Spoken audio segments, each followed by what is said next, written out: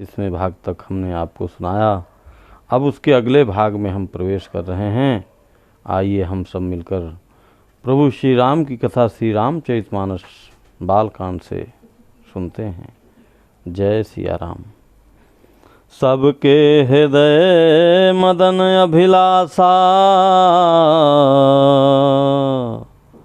लता निहारी नवहि तरु शाखा।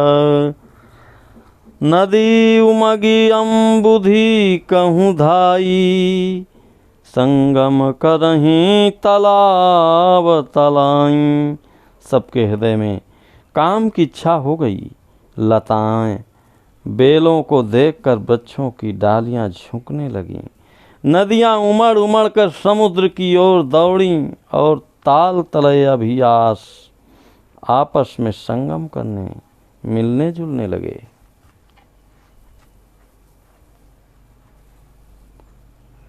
जहाँ सी दशा जड़न कै बरनी, को कही सकई सचेत न करनी। पशु पक्षी नभ जल थल चारी, भय काम बस समय विसारी। जब जड़ वृक्ष नदी आदि की यह दशा की कही गई, तब चेतना जीवों की करनी कौन कह सकता है। आकाश जल और पृथ्वी पर विचरने वाले सारे पशु पक्षी अपने संयोग का मदन समय भुलाकर काम के वश में हो गए। मदन अंध व्याकुल सब लोका, निस दिन नहीं अवलोकहीं को का। देव दनुज नर किन्नर ब्याला, प्रेत पिशाच भूत बैताला। सब लोग कामांध होकर व्याकुल हो गए। चकवा चकवी रात दिन नहीं देखते। देव दैत्य मनुष्य किन्नर सर्प प्रेत पिशाच भूत बेताल, इन कहे दशा न कहऊ बखानी।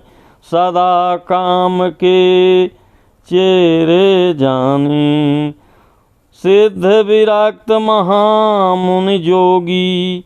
त्रेपि काम बस भये वियोगी। ये तो सदा ही काम के गुलाम हैं। ये तो सदा काम के गुलाम हैं, ये समझकर मैंने इनकी दशा का वर्णन नहीं किया। सिद्ध विरक्त महामुनि और महान योगी भी काम के वश होकर योग रहित या स्त्री के विरही हो गए। भय काम बस जोगी तापस पावरिन की, को कहे देखहीं चराचर नारीमय। जे ब्रह्ममय देखत रही, अबला बिलो कहीं पुरुषमय जगु। पुरुष सब अबलामयम, दुय दंड भरि ब्रह्मांड भीतर। काम कृत कौतुक अयम। जब योगीश्वर और तपस्वी भी काम के वश हो गए, तब पामर मनुष्यों की कौन कहे।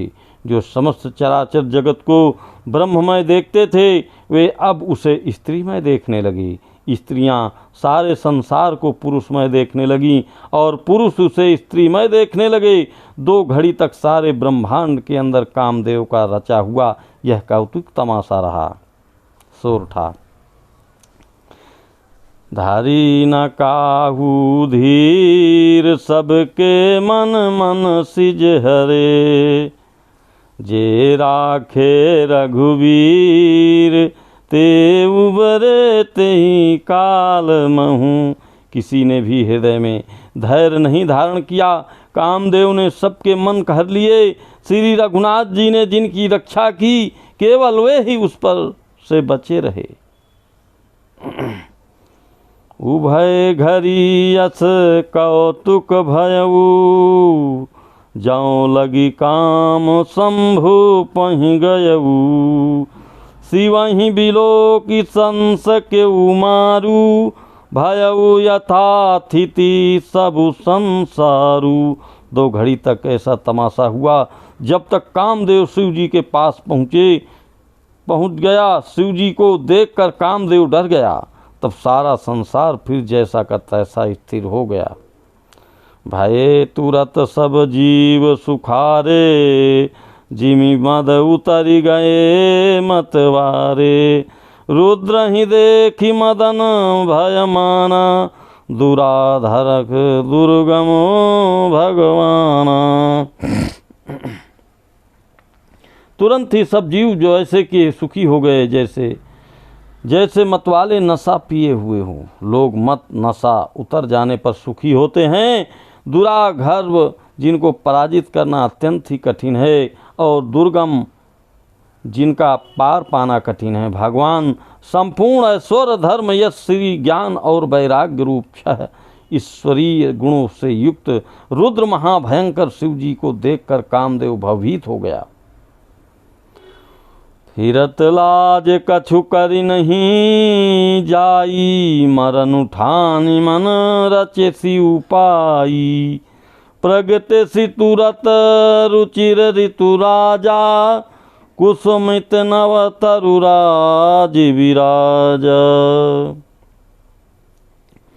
लौट जाने में लज्जा मालूम होती है और करते कुछ बनता नहीं।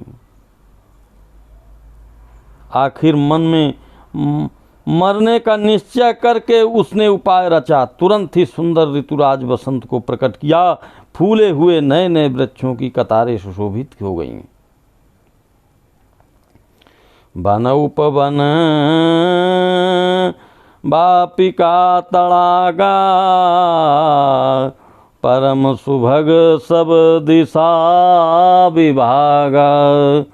जहाँ तहाँ जनुम गत अनुरागा देखी मुए हूँ मन मन सिज जागा।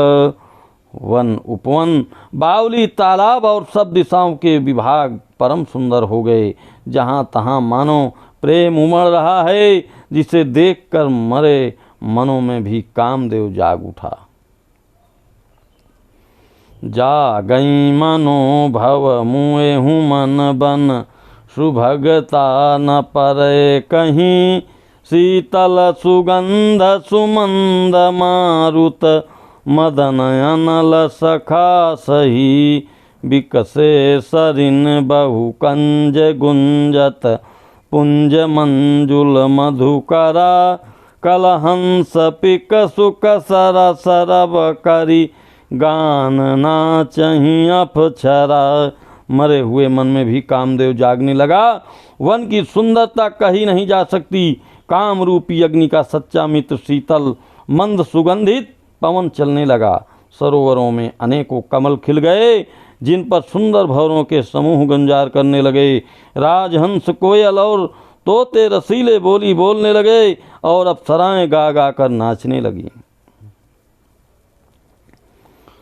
सकल कला करि कोटि विधि हारे उसेन समेत। चली नया चल समाधि शिव कोपेउ हृदय निकेत। कामदेव अपनी सेना समेत करोड़ों प्रकार की सब कलाएं उपाय करके हार गया, पर शिव जी की अचल समाधि न डिगी। तब कामदेव क्रोधित हो उठा। बोलो सियापति रामचंद्र की जय। बोलो श्री हनुमान की जय। बोलो भाई सब संतन की जय। भक्तजनों,